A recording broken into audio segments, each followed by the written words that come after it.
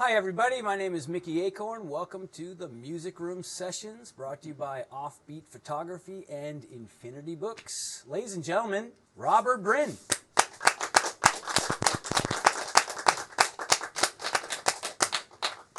Thank you, thank you.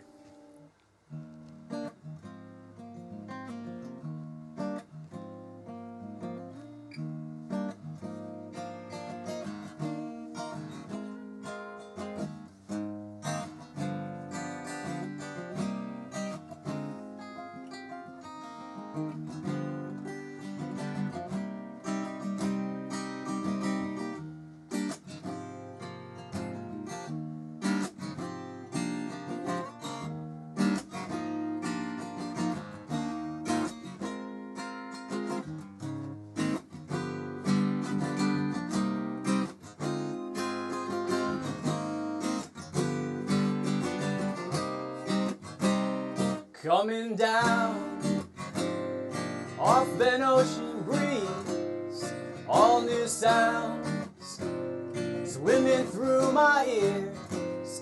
Foreign town, all new eyes on me, yeah, inside out. My reality, yeah, yeah, yeah. My, what have you done to me?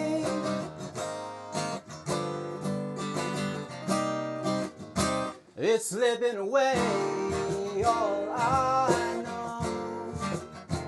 It's not the same as before. It's slipping away, all I know, yeah. It's not the same as before. I think I'm going insane.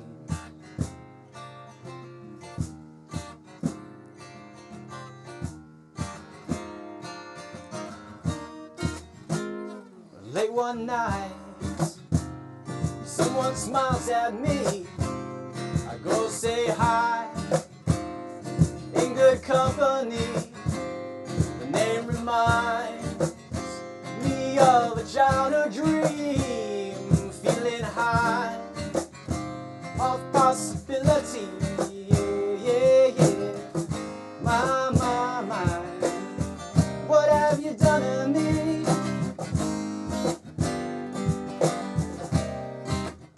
It's slipping away, all I know. It's not the same as before. It's slipping away, all I know, yeah. It's not the same as before. I think I'm going insane.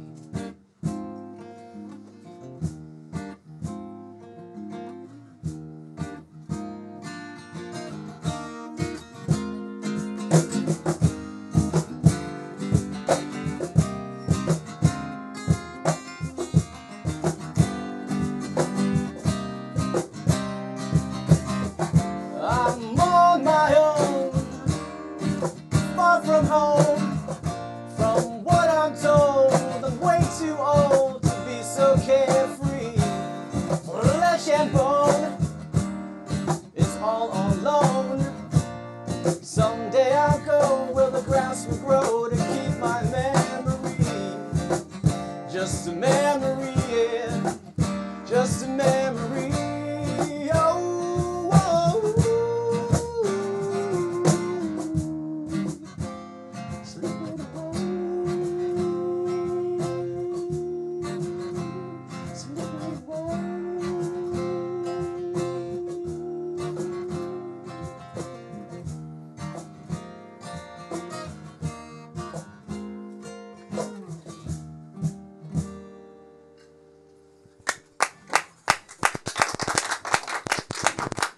That song right there, how did that start? Did that start with your guitar in your hands, or did you have an idea before?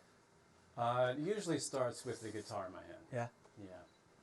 How, from, say, let's say from the beginning until when you thought this is a song, how much changed with, like, you know, your chords and your riffing on the guitar? So some complicated stuff going on there. I'll say that this song probably changed at least 6 times, Okay. but I'm playing it like how I originally played it. Okay. So how did you get to the 6th inception and then go back to the first one? I got bored. Okay. It's I wrote the song when I first came to Japan. Okay. So that was probably like 10, 11 years ago. Okay. So I just started playing it in different styles, and the people who heard it first, they loved the first version. So whenever I made another version, they're like, "Yeah, well, I'm not really feeling that." Jerk. You changed it. You changed it. They were just like, "Why don't you just write a new song?" Stop being lazy. So I went back to the original. So that's pretty much how. Very close to the first way I played it. In the Okay. yeah. Right on. And yeah, there's themes of stranger in a strange land kind of stuff going on. Does that have you got feedback about that? Does that resonate with people who are here? Yeah, well, it's the song I wrote when I first came to Japan. Right. And it's usually the bridge part that people comment about. Okay, and can you repeat that for us yeah, now? it's like, I'm far from home. Yeah. On my own, far from home. I'm way too old to be so carefree. Yeah. Right, so I remember at the Pink Cow, there was a guy a little bit older than me. After the show, he just told me that, that part in particular. Really Right, resonated with him, yeah. Right on. Yeah. If you were speaking to someone who's starting writing, maybe younger, maybe older, what kind of advice do you have for people who are starting out? To not worry so much about what your song will be, as long as you're coming from an honest place. Okay. If you're telling the truth about what you feel in that moment or what you're trying to say. Okay, so how can someone improve on telling the truth? You just put it out there. Okay. And if your truth sucks to someone else, so be it. Right. But at least it's your truth. Yeah. And how you present your truth is the art form. Right. Is you develop that over time. Right. But at the end of the day, as long as you know you're being honest about what you were saying, you can never take it too personally what anyone else says. Sure. Yeah. Or what you say. Right. If someone says, "I don't like your song," well, whatever. At least it's something real to me. Right. Yeah. I think that's a really hard part in the beginning, is to not to listen to that voice in your own head that censors yourself, or like the inner critic who says, "People aren't going to like this. You shouldn't do that." Well, I think you have to. Part of the art form is finding your own way of putting that truth into a digestible form. Okay. You know what I mean? How do you do that? You experiment. Okay. You put it out. You listen to people's reaction. Okay. Yeah. And there's no shortcut, I guess. And you're going to make a lot of terrible stuff in the beginning. I'm totally on board with that. You got to make terrible things in order to make that good one later. And I think a lot of people, and it's interesting because you are very technically proficient, and what I find is a lot of the really technical players can't get past that because they're like, "Oh no, that's too predictable," or "That's too something." And it's like that's their own. I don't have that. I don't have that problem myself. Yeah. I'm not a technically proficient at anything Well, I do in life. You don't know that. That's just your opinion. No, for sure. But I can't play that song. Okay. That's what I mean. Well, it's the first time you heard it. I taught it to you. You might be able to practice it. That's going to be another YouTube video coming up. It's 80 minutes. It's the first chord. All right, so the second song you're going to play, what's the title? It's called Black Hair. Black Hair. Yeah, so it's about black hair. Okay, yeah. And I like it so far. It's the second song I wrote in Japan. When I first came here, I picked a place just randomly, knowing nothing about Tokyo. So I picked Harajuku. All right. Right, because I was younger then. I was like, oh, this is where a lot of young people are. I didn't know they were going to be that young. Okay. But when I got there, I had this image of, whatever, Japan, like Asian people. Okay. All right, you know, black hair. Right. So when I got to Harajuku, there's no more black hair. I was like, where am I? It's blonde and pink blonde, everywhere. at least brown, right? Okay, At least brown. Okay. And the men as well, because, you know, the younger, you know, fashion conscious. Of course. Crowd, right? Yeah. So there was a cafe I went to, and I became a regular customer there, and there was a waitress there who had black hair. So I was just, wow. I was like, what wow. what a rarity. Yeah, I was like, you're so courageous. You're so brave. Yeah. And I kind of just, you know, whatever, had a little infatuation with her. Okay. But the song isn't about her necessarily. It's about the whole Harajuku vibe that I have there. Okay. Yeah.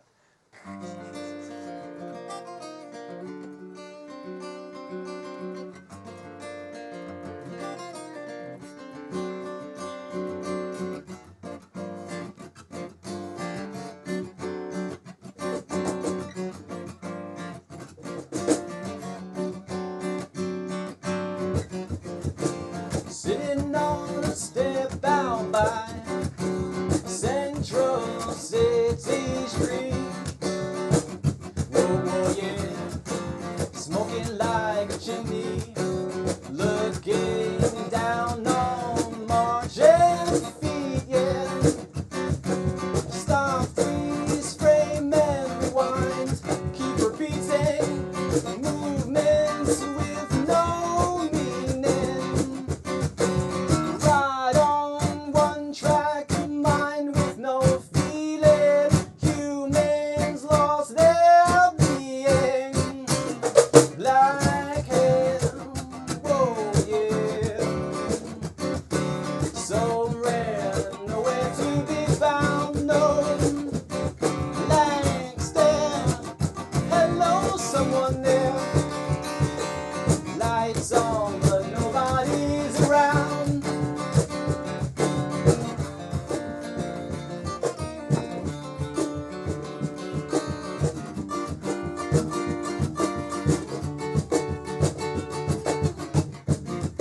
Sitting on a sofa, hypnotized by breaking beats.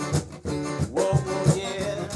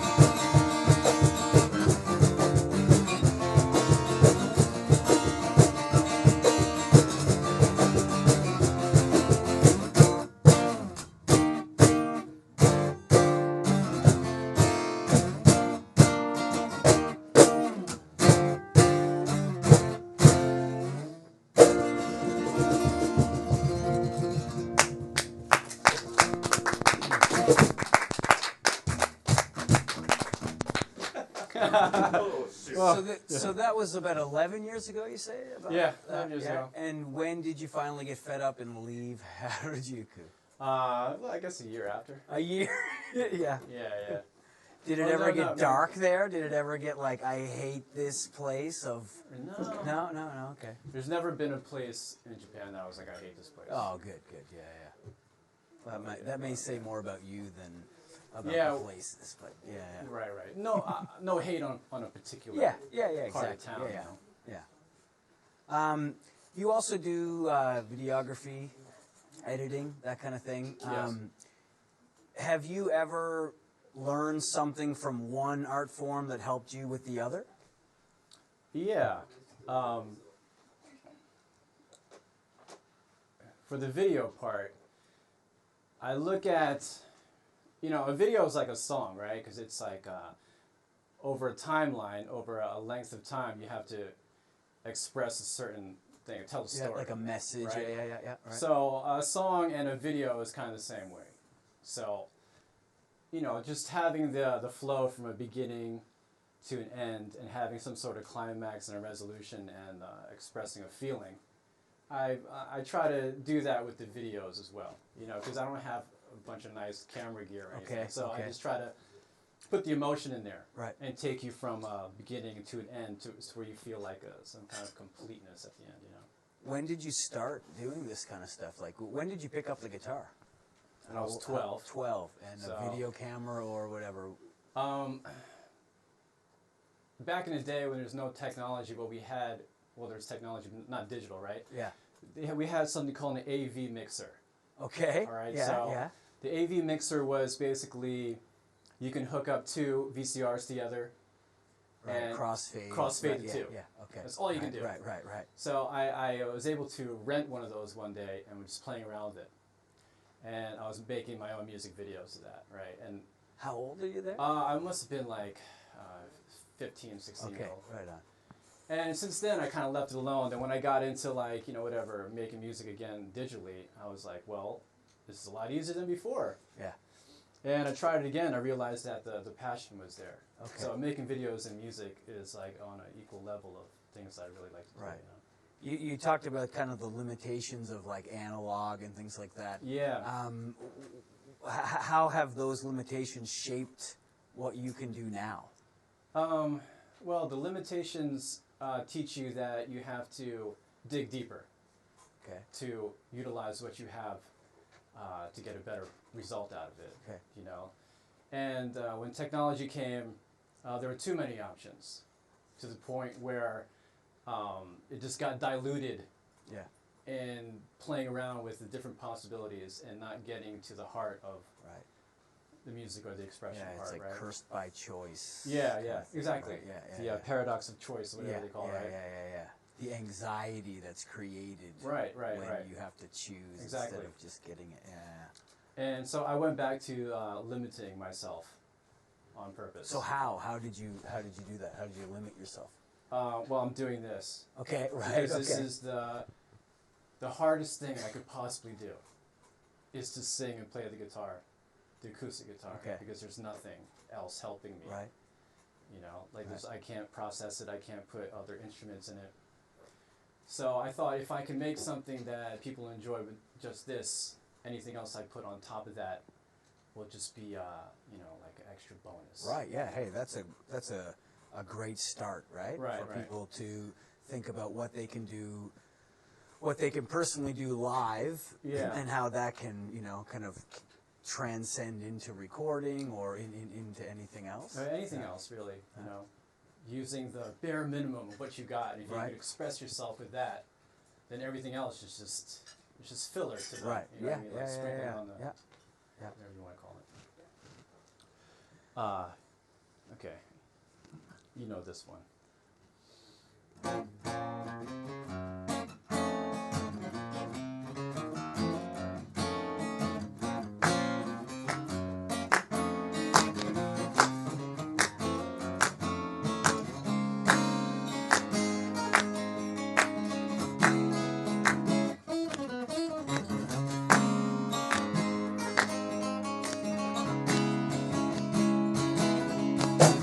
There's a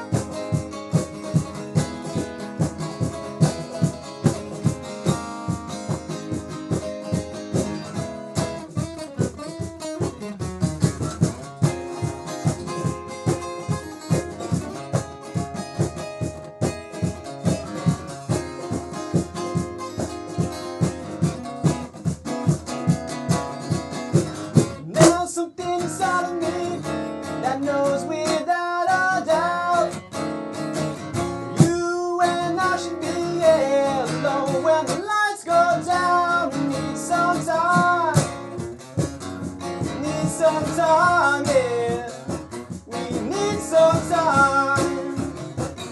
Oh yeah,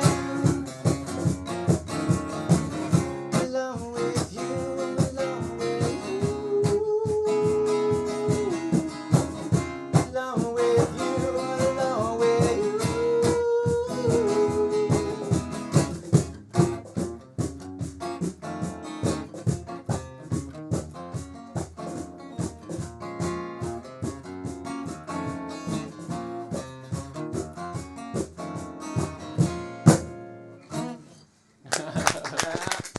Yeah, thank you. Robert, if you could take a moment to introduce your percussionist. Yes, this is Jun Kitamoto on the cajon. Jun Kitamoto. Yeah. When you're making contact with a percussionist or a band, Yeah. how important is it for you to say what you need versus get what you can receive, if you know what I mean? Yeah, I don't want to say anything. Okay. Yeah. Right. Why not? Because, Won't it not be perfect unless you say something? well, I mean, I don't want to say so much. Okay. If someone can just naturally fit what I'm doing, then it's less trouble. Right. You know, it's more of an understanding. Yeah. Yeah. I'm with you there. Yeah. I think I call it the currency. The It's currency? The currency, like you're playing with me. Right. That's your gold gems or whatever to say what you want to be able to do. Right, Versus right. me dictating what everybody's going to do. Yeah, You yeah. know, unless I am paying them a lot of money. Exactly. Then that's their currency. Exactly. You know, that's their value in being a part of Right. that, right? They get to express themselves, you know. I'll just offer a little direction or, you know, discuss an approach, but Yeah. I don't like to be like, Yeah. play that now or that Right, way. right. Because that's no fun for them. It's no fun for me. That's right. Yeah. I got to worry about all this, you know. Yeah, exactly. And I learned this really, really cool trick, is that if you surround yourself with people who are way better than you, they're going to give you great results. Yeah, well, You know? yeah, I think he's a better musician than I am. I really do. Yeah. So, Well, you're both pretty top-notch, let me just say. oh, thank you. But it makes you feel better knowing someone else is just got my back. as Right, this goes, right. you know. Now, if there's a young kid watching right now and they're saying, I can never do that on the guitar, how is that possible? What do you say to someone who's wanting to do that? Just keep practicing. Yeah, That's all I can say. Now, just over and over and over and over and over again. And when you get tired of practicing, just be like, well, practice more and just keep doing it. right. It's the only way, really. If you were to divide, let's say guitar, singing, songwriting, Yeah. if you critique yourself, what are you the best at? I think guitar would be one. Okay, yeah. Songwriting would be two. Singing is three. Okay, I see. Because I'm newest at singing. Okay. And most self-conscious about it. You say new because you were writing and someone else was singing? Yeah, I mean, I wrote in high school, but it wasn't very good. What was the first band you were in's name? Band would be Sour Mash. Sour Mash. All right, but that's like you're talking bourbon or like yeah, we had Jack Daniels Daniels? poster. Okay. Hey, what's your name or band? And I was like, what about Sour Mash? Oh yeah, dude, Sour Mash. So, Right on. yeah, it was, it was America. That's Yeah, what- No, pretty much it's how it one of my favorite questions to ask people is what the name of their first band is. Yeah, that was my first punk band. Nice. And so you were what, lead guitar for that band, and there was a singer? Is Well, it- I took turn. No, we had a singer. Yeah, I just played guitar. Okay. Yeah, I was too sensitive for punk music. So Okay. Did you learn anything from that experience in punk that carries over to whatever other genre you do? Yeah, I've learned that punk kind of just it's not very fun to play for me. Okay. Yeah. Because you can't really do a lot of melodic stuff on the guitar other than like power chords. Yeah. Right. Yeah. I kind of want to do more stuff like that. So. Right. But when you were in the band, were you like, man, I want to be the singer? No? No. You felt more comfortable as a guitarist? Never wanted to be a singer or the front person. Okay. But I worked with a lot of singers who just were either not very good or just not enjoyable to work with, like kind of egomaniacs, you know? Okay, yeah. So I was left with me having to do it. And I just stuck with it, even though it took a long time, you know. Nice. But you think then your kind of journey to mastering something, do you think you've made, you know, your kind of steps and improvements with singing as the package? Well, as long as I've been trying to sing, I should be a lot better because I put so many years into it, you know, but it was never natural for me. Okay. Like guitar, I never had an insecurity about it ever. Okay. Like even though I wasn't very good, I'd be like, okay, if I just work on it, I'll be good. Yeah. I never felt anything personal about it. You know what I mean? The I fourth song will be called Typhoon Blues. There was a time in Tokyo, I think maybe 2 years ago, we had a typhoon for like, must have been like 2 weeks or something, right? It was raining for 2 weeks. Okay, yeah. This one in particular was long though. So I was looking out the window and I was like, man, this fucking sucks. I wrote a song about it. But it's really about just, you know, like you just can't see the light of day. Like no matter what you do, hard times just not stopping. Storms, yeah, rain, just like, cloudy you know. days, yeah.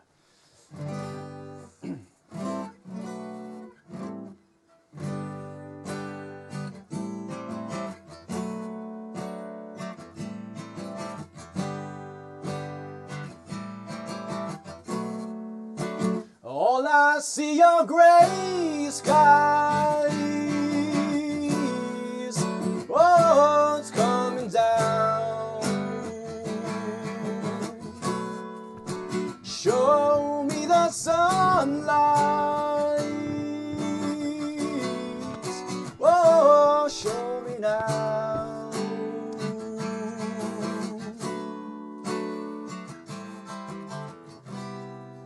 It's getting dark. The wind's blowing hard, rain beating down on my window, and I can't get out of here. I can't get out of here.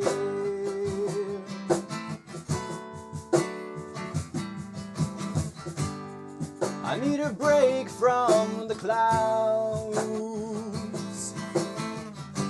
casting shadows on my doubts. And I know somewhere it's bright again. Around here the storm goes on and never ends. And I can't win, so I'm staying in, 'cause all I see are gray skies. Oh, it's coming down. Show me the sunlight. Oh, show me now.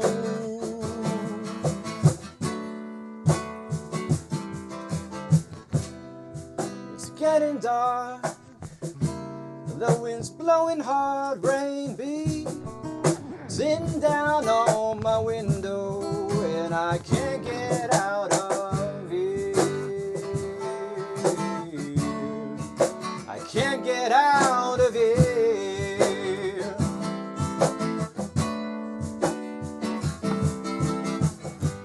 Is there nothing I can do to catch a glimpse of blue? And is it foolish for me to pray for a single golden ray? And I can't win, so I'm staying in, 'cause all I see are gray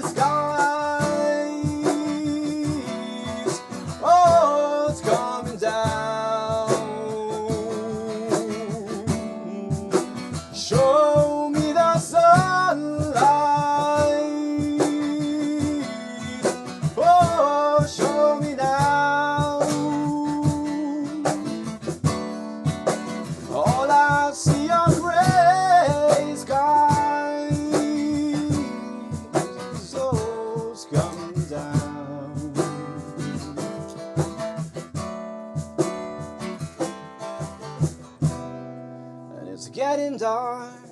The wind's blowing hard, rain beating down on my window, and I can't get out of here.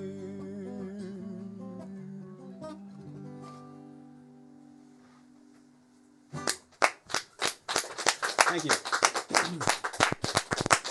Now, Robert, you were here for the taping of the previous episode with Kay Lifegarden. Yes. Anything that you heard during that episode that kind of resonated with you? Yeah, I like the song about the accordion player. Okay, yeah. Something about peace. Peace in the pocket? Peace in the pocket. In the pocket, yeah, yeah.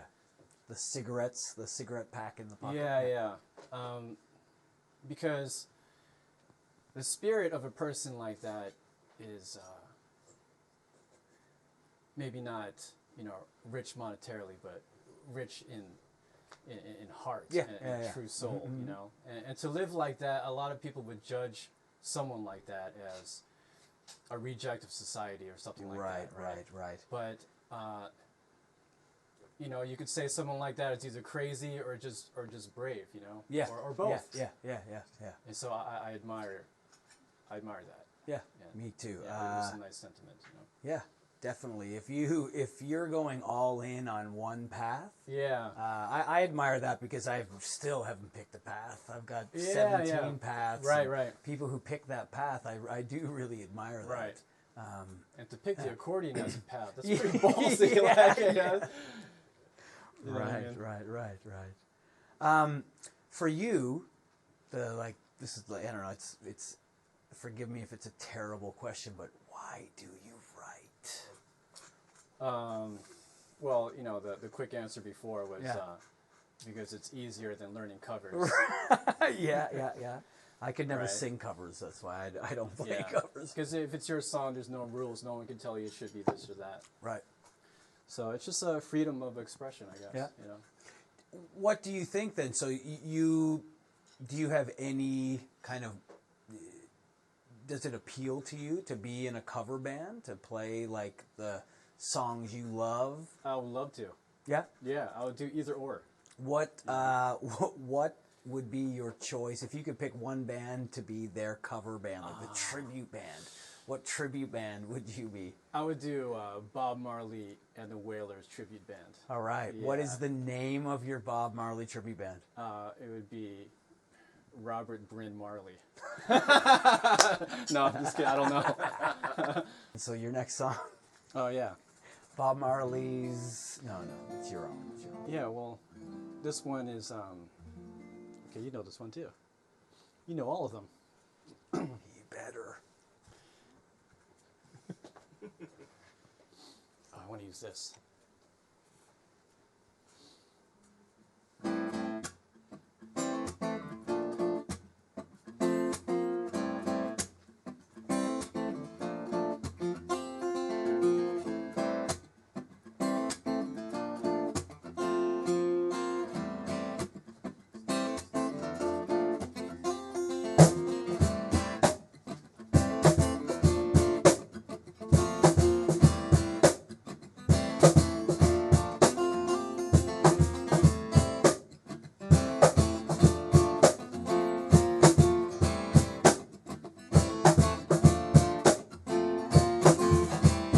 No more confusion, so long delusion, yeah. I'm stepping over the line, yeah. For the first time, I made up my mind. I made up my mind. Oh yeah, I made up my mind.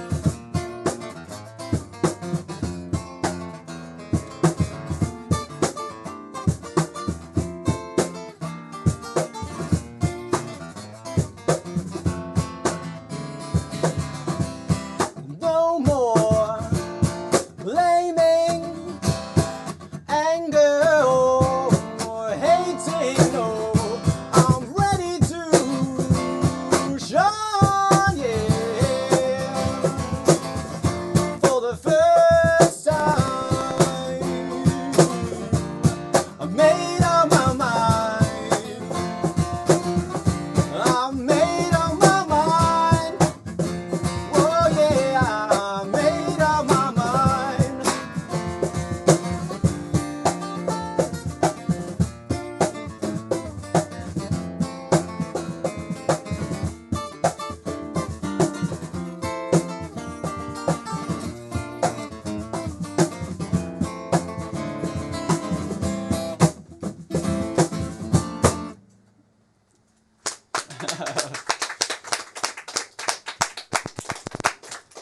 Thank you very much. Robert, most of Bob Marley's songs were kind of written for everybody. Yeah. You know, kind of like they were anthems. He was trying to, uplift people, but also for the whole world. Right. Do you consider yourself writing for everybody, or are you writing something that's a message for one person, a group of people? Well, not a group necessarily, but it's either to someone in particular or to myself, like I'm speaking to myself. Or to someone who feels like I might feel, Right. I find that I play with the pronouns. Like if I'm doing the I and you song, it's not me.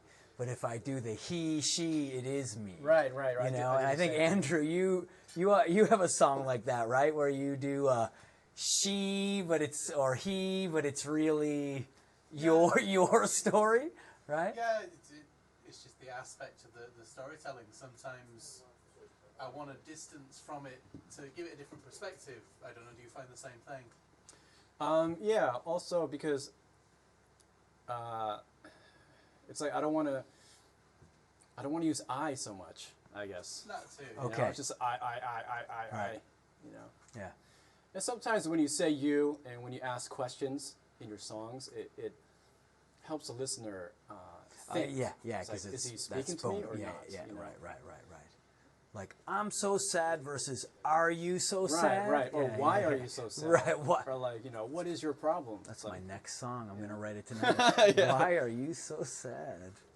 For recording and writing, right. which do you feel more satisfied with, completing writing a song or completing recording a song? Yeah, writing, of course. Yeah. Writing is just forever open-ended. Okay. Recording is like, I got to make this final now. Right. And is that, so that's there's an intimidation to that? Is it? Yeah, because whatever you record, it's, like a snapshot that's going to be judged. Okay. Basically. Ah, right. It's like you have a baby and it's got like an extra big head, and everyone's got to look at your baby like, hey, your baby's got a big head. Like, oh, well, I can't re-record it, or I can't put it back in the womb. Well, it's but you can refine a song. Yeah, you can refine a baby. You can put a hat on its head. That's it. Yeah, exactly. Add a bridge, it'll be okay. Buy a nice sweater. Yeah. But, have you ever had a song that you thought you were going to throw away, but it got resurrected in some way? Yeah, the black hair song. Okay. Yeah, I actually just started to hate it for a while. Not hate it, but just got sick of it. And then I played it again after maybe 5-6 years with him, like last week. Where? Gabi Gabi in Shibuya. Oh, okay. Yeah. And they were like, "Oh man, that's great." Right. And with him, it sounds great, so I decided to play it again. Okay, good. Now, currently, do you play with any bands, or are you mostly solo or with percussion? Well, I've been playing with him, but on March 16th, we're going to have a bass player play with us, so we're going to play as a trio. All right. So your bill, if you build it, they will come kind of thing. You're putting it out there, and then how did you find the bass player? At a Ruby Room, open mic. Okay. But I met him through another person previously, and we saw each other again. And I was like, hey, let's do something. All right, cool. The last song for you, Rob? For the night. Yeah. Right? For the, You're not going to shoot me after this, right? No. All right, so the next song is called It's Your Life. It's a work in progress. But we just jam out on it. So. All right.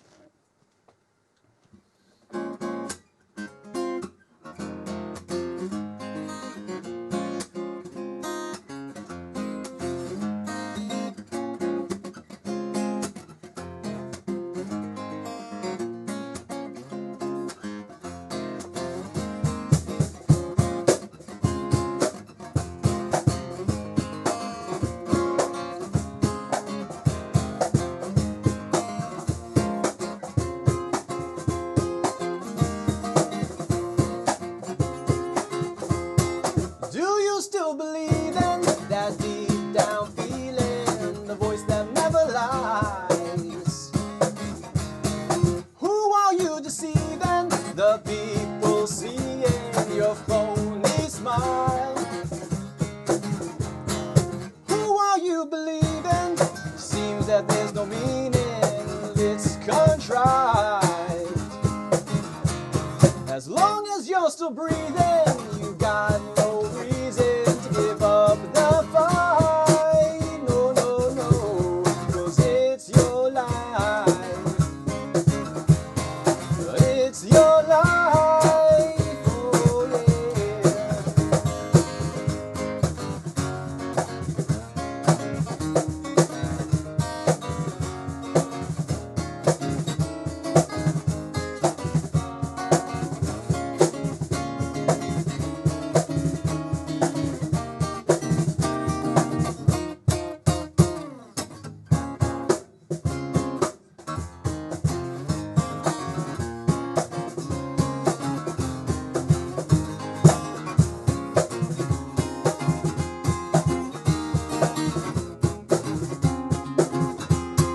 Do you still believe in that deep down feeling, the voice that never lies? And who are you deceiving? The people seeing your phony smile. It's you I hope I'm reaching before the clock stops running out on your life. 'Cause long as your heart's beating, you got no reason to give up the fight. No, no, no, 'cause it's your life. It's your life, oh yeah.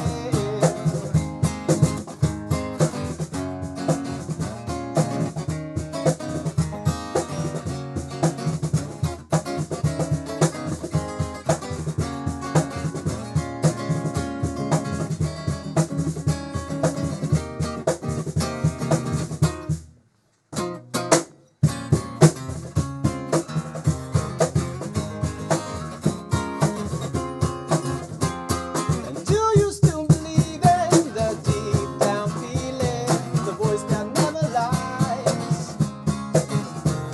And what's the point of being alive with no meaning? It seems contrived. And the same old shit repeating, your mind is self-defeating, but it's alright. 'Cause as long as your heart's beating, you got no reason to give up the fight. No, no, no, 'cause it's your life. It's your life, oh yeah.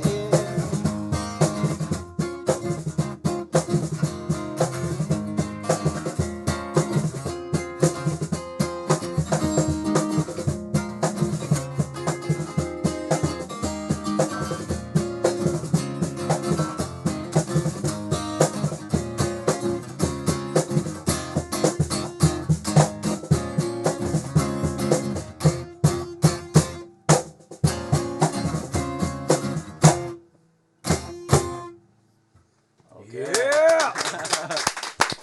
All right, ladies and gentlemen, Robert Bryn. And Robert, you might have seen when you watched the K Lifehouse episode here that I always like to give a CD to our guest.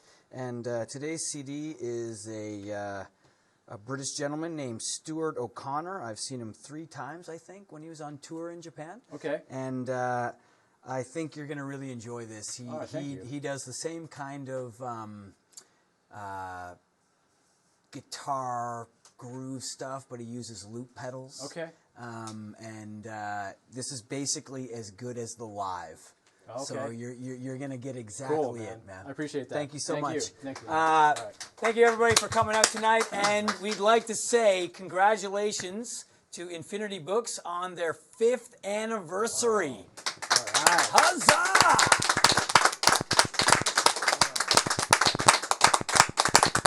Thanks, everybody, for coming. Like and subscribe on the YouTube channels. and we'll see you for the next episode. Hey! All right. Thanks, man. Appreciate that. Cool. I want to check this out.